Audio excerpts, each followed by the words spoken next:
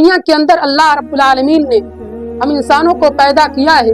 تو اس کا کوئی نہ کوئی مقصد ہے۔ بغیر مقصد کے اللہ رب العالمین نے اس دنیا کے اندر کوئی بھی چیز کو پیدا نہیں کیا ہے، اور وہ مقصد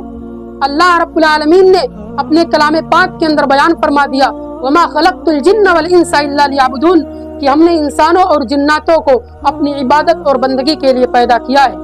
اور جو بھی شخص اللہ رب العالمین کے اس مقصد کے تحت اس دنیا کے اندر زندگی گزارے گا تو اس کے بدلے میں اللہ رب العالمین نے کہا کہ اس کو ہم وہ جنت عطا کریں گے جس کی چوڑائی آسمان و زمین کے برابر ہے۔ چنانچہ قرآن کریم کے اندر اللہ رب العالمین ارشاد فرماتا ہے، وَسَارِعُوا إِلَىٰ مَغْفِرَةٍ مِّن رَّبِّكُمْ وَجَنَّةٍ عَرْضُهَا السَّمَاوَاتِ وَالْأَرْضُ أُعِدَّتْ لِلْمُتَّقِينَ، کہ اس رب کی مغفرت اور اس کی جنت کی طرف دوڑو جس کی چوڑائی آسمان و زمین کے برابر ہے، اعدت للمتقین، جو متقیوں کے لیے تیار کی گئی ہے۔ ناظرین کرام،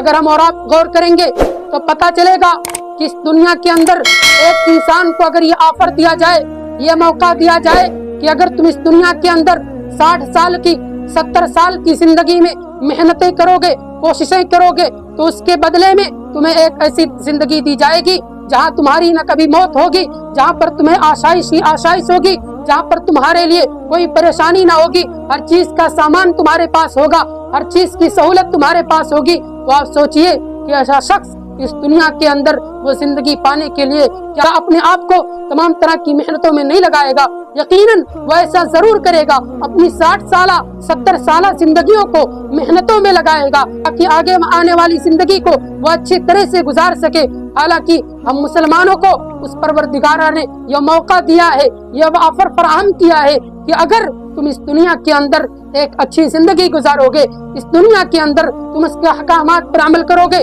اس دنیا کے اندر تم اپنے آپ کو مصائب و مشکلات پر صبر کرنے کے لیے آمادہ کرو گے، تو کل قیامت کے دن اللہ رب العالمین تمہیں وہ جنت عطا کرنے والا ہے، وہ زندگی عطا کرنے والا ہے جہاں پر نہ کوئی پریشانی ہوگی، نہ کوئی دقت ہوگی، نہ کوئی تکلیف ہوگی، صرف آرام ہی آرام ہوگا، سکون ہی سکون ہوگا، چین و اطمینان ہوگا، ہر چیز کی سہولتیں فراہم کی جائیں گی۔ لہذا ہم مسلمانوں کو اس زندگی میں اپنے آپ کو سرخرو کرنے کے لیے، اس زندگی کی خوشنودی کو حاصل کرنے کے لیے تیاریاں کرنے میں ابھی سے مصروف ہو جانا چاہیے۔ اللہ رب العالمین سے دعا گو ہوں کہ الہ العالمین تو مسلمانوں کو اس دنیا کی زندگی کے اندر تیرے احکامات پر عمل کرنے کی توفیق عطا فرما۔